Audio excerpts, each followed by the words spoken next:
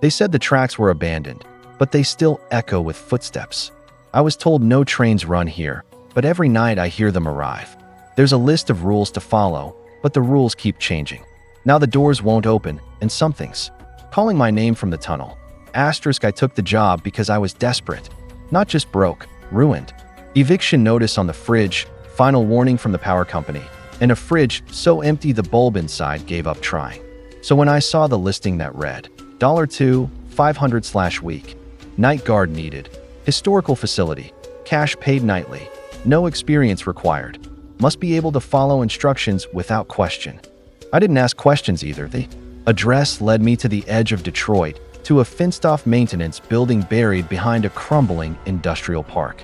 No signs, no lights, just a keypad by the rusted metal door and the cold hum of something ancient running deep below the concrete. I buzzed in. A voice, dry, mechanical, and cold, spoke through the intercom. Step into the elevator. You are expected. The door unlatched with a groan.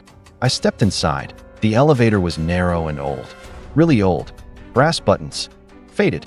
Red carpeting. The panel had only one active floor. L6. I pressed it. The car groaned.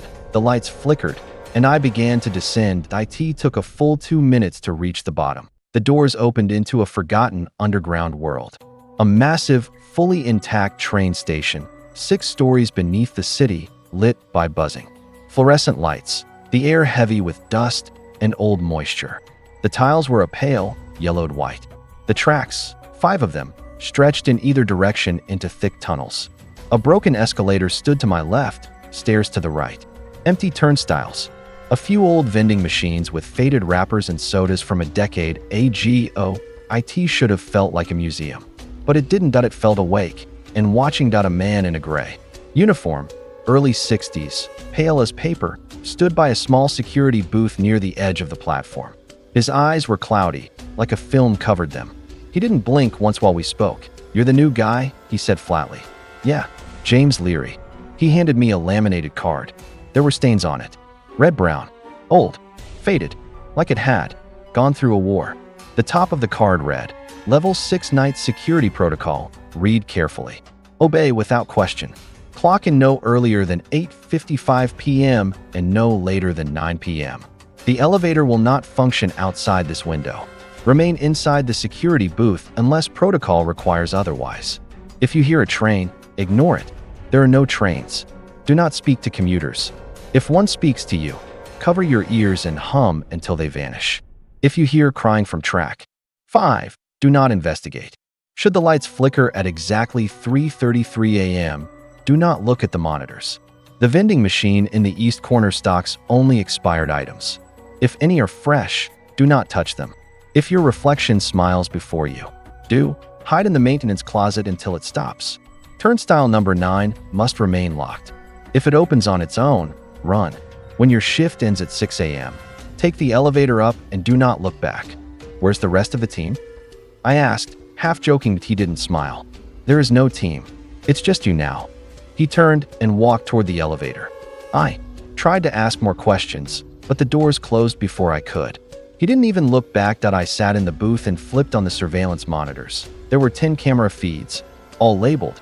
Tracks 1 to 5, turnstiles 1 to 9, and a hallway marked. Storage wing. Nothing moved. Nothing made a sound.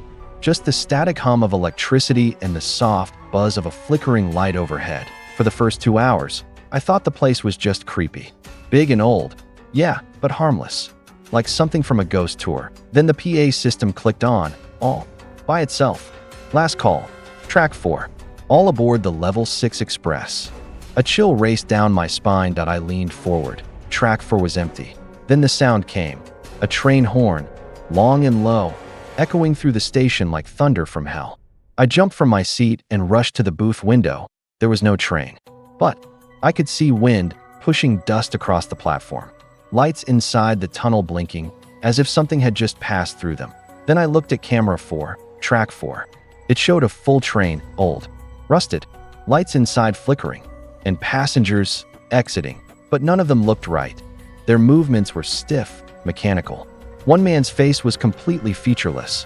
No eyes, no mouth, just skin. A child skipped forward, but his neck was too long. A woman in a sun hat walked backward, floating inches off the floor. I pulled the power on the monitor. The rule echoed in my head. If you hear a train, ignore it. The PA clicked again. James Leary, please report to track 4. It knew my name. I backed against the wall of the booth. My heart was pounding so hard I thought I might pass out. I stayed there until the sound stopped. By 3 a.m. I was shaking, drenched in sweat. And then the lights flickered. I remembered rule number 6. If the lights flicker at 3:33 a.m., do not look at the monitors. I closed my eyes. 1, 2, 3 seconds. Then, a sound like static and whispering. Hundreds of voices whispering at once in 1,000 different tongues. My body froze. My mind felt pulled, like something behind the cameras wanted me to turn, to look, but I didn't. When the lights came back, the monitors were all black. Just dark screens. Then one of them flickered to life. Turnstile 9. It was open. Asterisk turnstile. 9 had never moved before. There was no buzzing sound, no beep. It was simply open. The arm, once rigid and unmoving, now hung loose and limp, like a mouth that had unhinged to swallow something. I stared at the monitor, heart pounding in my ears. No one is supposed to come through turnstile 9. Rule number 9. Turnstile number 9 must remain locked. If it opens on its own, run. I didn't run. I should have run. Instead, I did what any dumb human curiosity-fueled idiot would do. I stepped out of the booth, flashlight shaking in my grip, the cold sweat clinging to every inch of my body like a second skin. The station floor stretched out before me in eerie silence. No sound of footsteps, no air, no humming. Even the PA system seemed to be holding its breath. Turnstile 9 sat at the far end of the entryway corridor, just behind a chain-link fence that separated the platform from the lobby. The turnstiles were numbered in tarnished brass. The others, turnstile 1 through 8, stood dead still. Only number 9 had moved. As I crept closer, I noticed something strange. The area around it seemed darker than the rest. Not like the lights had gone out, just like the shadows were heavier there, as if they carried weight. And then, movement. Something passed behind turnstile 9. A shape. Thin, tall, like a man stretched vertically. But it moved wrong. Too smooth, too fast, like it was sliding, not walking. I stopped dead in my tracks. And then, a voice, soft, familiar. It came from behind the turnstile, from the corridor leading deeper into the tunnels. James, my name, spoken exactly how my mother used to say it, but my mother had died 6 years ago. Come here, honey. I need help. The voice was getting closer, warped, like it was coming through layers of water and static. It's dark. I can't see. Come hold my hand. I wanted to cry. I wanted to run, but my feet wouldn't move. And then I saw a hand reached out from the shadows, thin and gray, bones outlined like wax stretched over wire. The fingers twitched, then bent the wrong way, cracking at impossible angles. James, don't be rude. Come hug me. I screamed and bolted back to the booth. I didn't look back. I didn't check the monitor. I just locked the door, pushed the filing cabinet in front of it, and sat on the floor, breathing like I'd run a marathon. At some point, I must have passed out. I woke to the sound of the 6 a.m. chime from the PA system. End of shift. Please exit via elevator. Do not look back. I didn't hesitate. I grabbed my things, unlocked the booth, and walked. No, ran. Toward the elevator. IT was already waiting at the platform. Doors open, humming softly. Like it knew I was coming. As I stepped inside, something compelled me to look back. Just a glance. I didn't even turn my whole head. Just a tilt of the eyes over my shoulder, and I saw the entire station frozen, but not empty. Figures lined the platform now, dozens of them, all standing, all facing me, blurred faces, long shadows, each one dressed like a different decade. Suits from the 1950s, dresses from the 1920s, hoodies from the early 2000s, but none of them moved. None breathed, and they all stared at me. I, in the center, where the monitors used to be, stood. Me. But it wasn't me. Its smile was too wide. Its eyes too dark. IT raised a hand slowly, then pressed a finger to its lips. Shoo. The doors closed. I emerged back on the surface as the sun was rising over Detroit. My car was still in the lot. The air was crisp. Birds were singing. I thought it was over. But when I climbed into my car, There was something sitting on the passenger seat. A printed photo of me, asleep in the security booth. On the back, written in faded ink, "You didn't follow all the rules, James. See you tonight." I didn't sleep that day. I just sat on the floor of my apartment, staring at the rules card, staring at rule number 10. When your shift ends at 6 a.m., take the elevator up and do not look back. I didn't go back the next night because I was brave. I went back because the photo was real. It sat in my hand for hours. The grainy, printed photo of me asleep in the booth, taken from the outside looking in. The timestamp on the bottom right read 3:33 a.m. exactly when the lights had flickered. Exactly when I had felt like something behind the monitors was watching me. By the time the clock struck 8:30 p.m., I was dressed again. Flashlight, walkie, knife from my kitchen drawer, not that I thought it would help, and the same pair of boots, still coated with dust from deep below Detroit. That I wasn't ready, but I went anyway, because something told me, if I didn't return, they'd come to me. The elevator welcomed me like a tomb. Same rust, same single glowing button, L6. But this time, as the car began its long descent, the lights overhead didn't stay steady. They flickered, buzzed, then dimmed, and the floor panel didn't say L6 anymore. It read, "Welcome back, James." I nearly hit the emergency stop, but I didn't. The doors opened, and the station looked different, darker, wetter, alive. The air felt thicker, like it had been exhaled by something massive, ancient, and hungry. The tiles were cracked, black mold crept along the walls, and a faint, pulsing hum came from the tunnels. I walked to the booth. The monitors were already on. This time, one feed was missing. Channel 3, previously dead, was now active. It showed a hallway I didn't recognize. Red tiles, dripping pipes, a metal door at the end with the words "Track 0, do not enter," painted in red. I didn't like that. I didn't like that at all. But the worst part? Channel 3 had no timestamp. Just a looping subtitle at the bottom of the screen.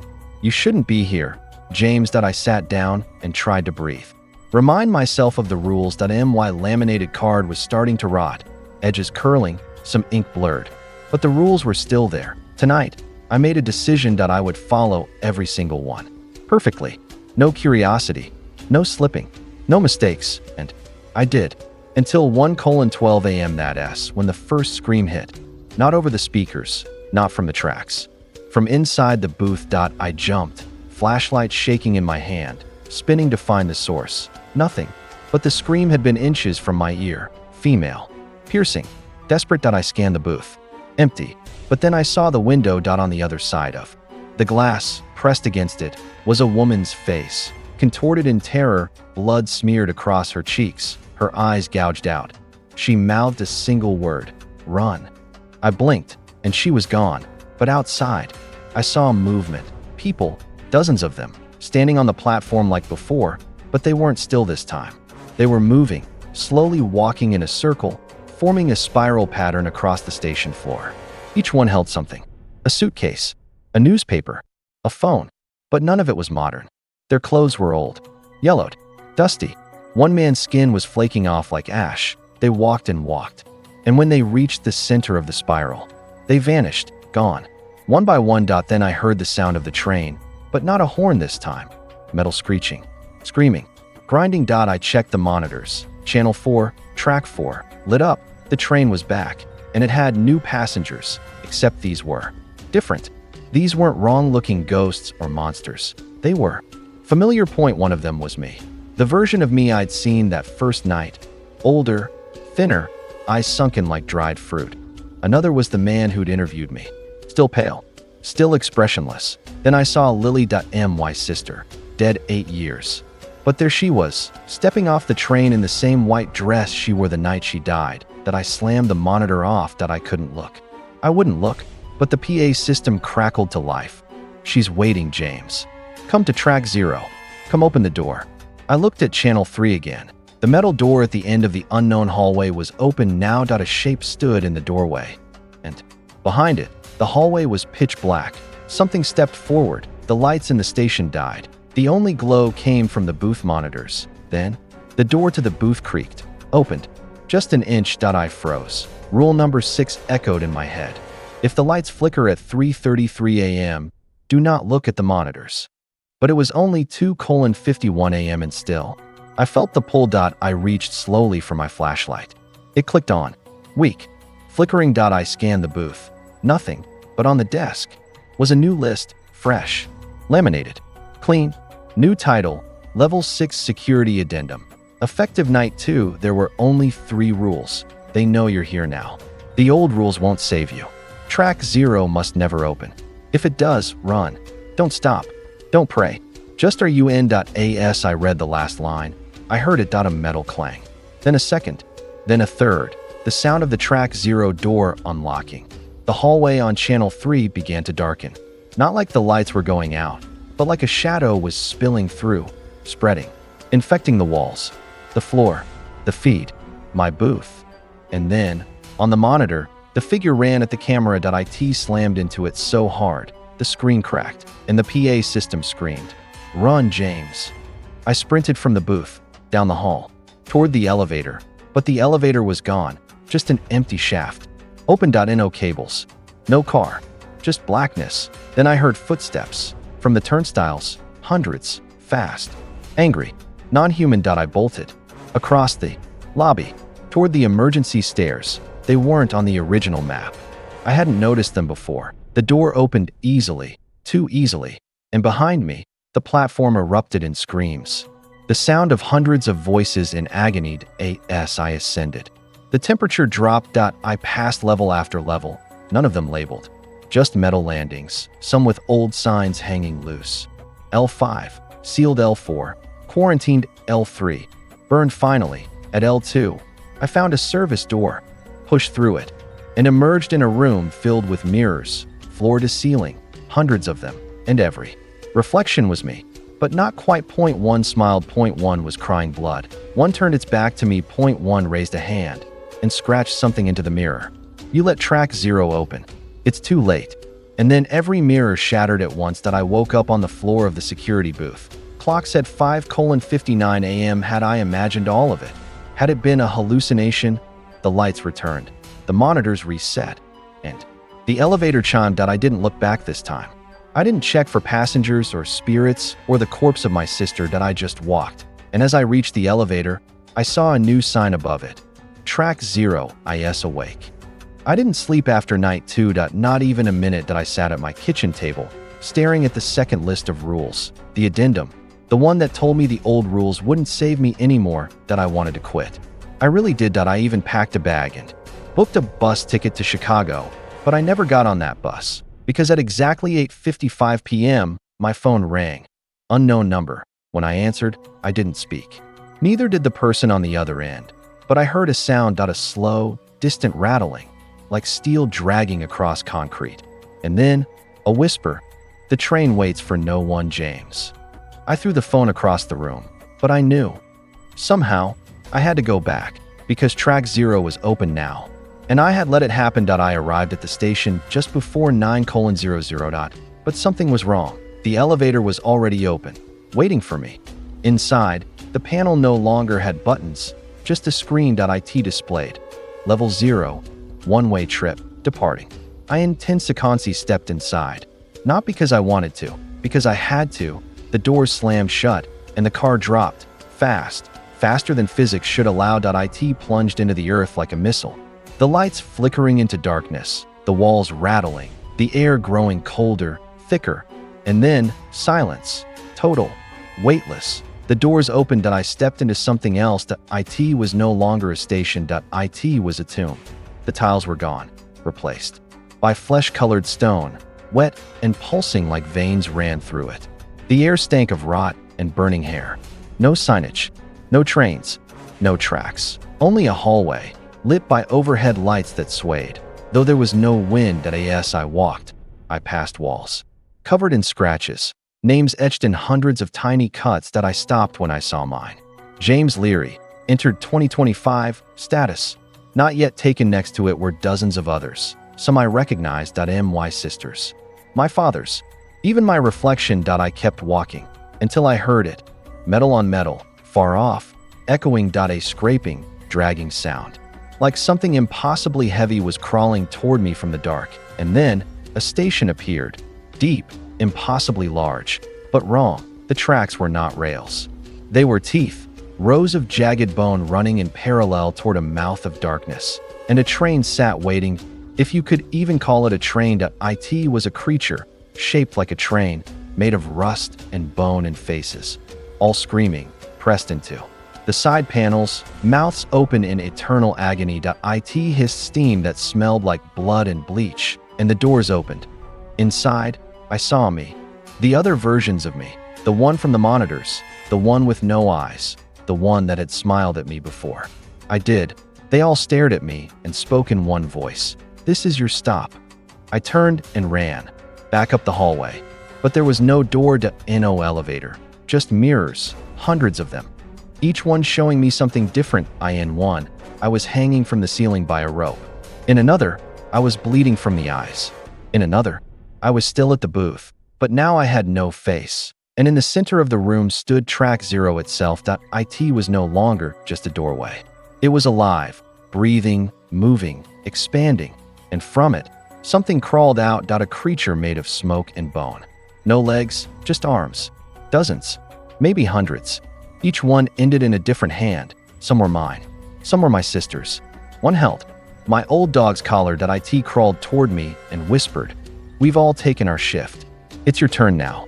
I screamed, but nothing came out. My throat was gone, replaced by static, and then it reached me, pulled me forward, dragged me through the mouth of Track Zero. When I woke, I was in the booth, but everything was wrong. The monitors showed only black, except Channel 3. It showed my apartment, my bedroom. Me, sitting at my table, staring at a phone that would never ring again. The PA system whispered, "Welcome to your final shift, James." I tried to leave, but the elevator was gone. The tracks were gone. Even the booth began to melt, walls turning to meat, monitors stretching into mouths. I ran, but every corridor led back to the same hallway, with the same metal door, the one that now read, Track Zero, open forever. I thought I'd escaped. I woke up in my apartment, curled on the kitchen floor, bathed in cold sweat. The sun was out. The sky looked real. The birds outside were chirping again, but I knew this wasn't real, because the moment I blinked, the sound returned, deep, low, and mechanical. A train horn. Except there are no tracks near my building, and when I stumbled to the window, I saw it. A station entrance where my street should be, right in front of my apartment building. Rust-covered steps leading underground. Above it, a flickering sign, Level 6. Open tonight only for Jamisi. Closed my blinds. I locked the doors. I unplugged everything, but at 9 p.m., my front door opened on its OWNNO sound.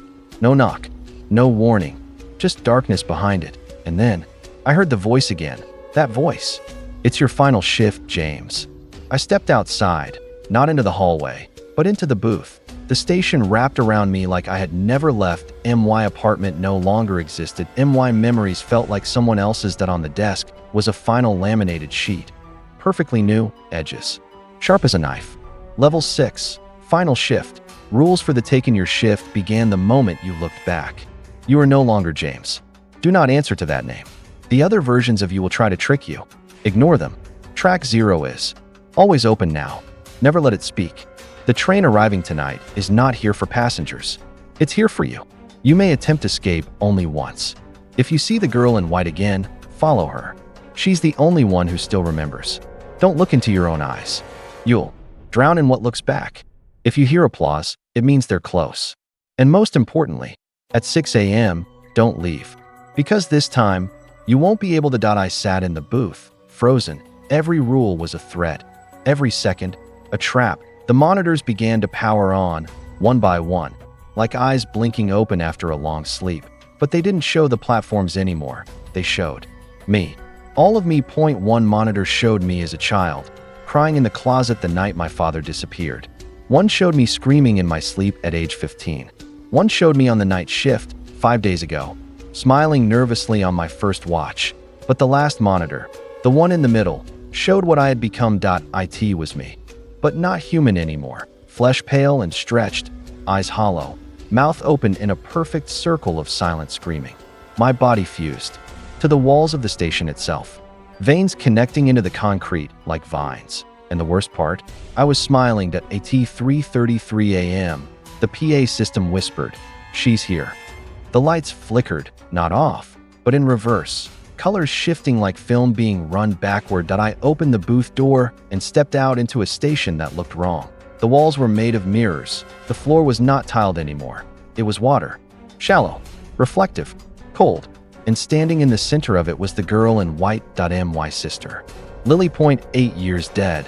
But she turned to me, eyes calm. Not hollow like the others. Alive. A memory not corrupted yet. "I kept a part of myself down here," she whispered. "Something they couldn't take." I wanted to cry, to run, to hug her, but she raised a hand. "No time. You need to find the heart." Before the 6 o'clock chime. "The heart?" I asked, confused. She nodded toward track 0. The mouth was wide open now, bleeding, and from inside, I could hear applause, slow, loud, rhythmic. "Clap, clap, clap." "That's them," she said. "They're gathering." "Who are they?" "The ones who never left. The ones who thought the rules would save them." And with that, she vanished, like steam in the cold. I stepped into track 0. The tunnel stretched forever. It wasn't a hallway anymore. It was a vein, pulsing with light and screams. Along the walls were faces, people I'd known, co-workers, strangers. Each of them melted into the stone, whispering through their teeth, "Join us. Take your shift. No more questions." It was supposed to be over. James hadn't dreamed about the station in days. He hadn't heard the train. He hadn't seen his reflection do anything strange. For the first time in what felt like years, he started to believe he was normal again. He even smiled. Until one night, at exactly 3:33 a.m., his television turned on by itself. Black screen. No channel. Just static. And through the static, a single line of white text. "The night guard is still on shift." He jumped to unplug the TV, but the message changed. "You never clocked out." The lights in the apartment dimmed. His reflection on the screen didn't move with him anymore. It just stared back, smiling that too wide, familiar smile. And then, from behind him, the unmistakable hiss of a train's brakes, metal grinding, steam venting. It had come to him. James turned slowly, already knowing what he'd see. The wall of his apartment had melted away, revealing track 0, breathing and open, carved into the living room floor like a wound in the world. From the tunnel came footsteps, but not just one set. Hundreds, each one a former guard. A forgotten soul, a version of him. They walked slowly, each one holding a rusted lantern dripping black wax. And in the middle of them stood Lily. But this time, she wasn't smiling. She looked older now, exhausted, lost. "You tried to leave," she said quietly. "But you're the heart now." What do you mean?" "Every shift needs a center. You killed the last one, so they made you the next." James backed away. "No, I crushed the heart. I broke the cycle." "No, James," she said, eyes flickering with a glow that wasn't human anymore. "You just reset it." The train pulled in, but it was different this time. It had his name on the side, burned into the rusted metal. Leary Line, final destination. The doors opened, and inside, every seat was empty. Waiting, James turned to run, but found himself back in the booth, the glass fogged with breath, and outside, new passengers were arriving. Dozens of people, all of them holding laminated cards, each one freshly printed, each one listing new rules. And behind them, at the turnstiles, a new guard stood, young, nervous, clutching a flashlight, just like James had been. The PA crackled once more. "Now boarding, track 0. James looked at the monitor, saw himself one last time. Not in the booth, not on the train, but in the walls, part of the station now. Eyes flickering like security lights. Watching, always watching. Skull final whisper. "You don't quit the shift, James. You become the station. No more rules." I ignored them. I kept walking, until I saw it. The heart. A black sphere floating above a stone altar, covered in red veins, beating once every 10 seconds, and standing beside it was me. The me from the train, eyes black, mouth stitched shut, hands reaching toward the heart. I knew what I had to do. I ran, screaming, and I tackled him. We rolled across the floor, into the dark. He clawed at me, screeching in that stitched scream, but I grabbed the heart, lifted it, and crushed it in both hands. It exploded, not in blood, but light, pure, white, cleansing, and the tunnel began to collapse. I ran through the mirror corridor, through the booths, through the frozen passengers and the blood-slicked tracks, and the moment I reached the elevator, the doors were open. I stepped in, not alone. She was there, Lily, smiling. She pressed the button marked HO, and for the first time, the elevator went up, fast. Light returned, the sound of birds, the scent of rain. I opened my eyes, and I was on my apartment floor again. Same clock, same peeling paint, same silence, except there was no photo on the table, no phone call, no station entrance outside my door. Nothing. That I was free to epilogue. It's been 3 weeks that I haven't gone back, that I haven't heard the voices. But sometimes, just before I fall asleep, I hear it, the train, far off in the distance. And sometimes, when I pass by reflective windows, I see the booth, and I'm still in it, smiling, waiting.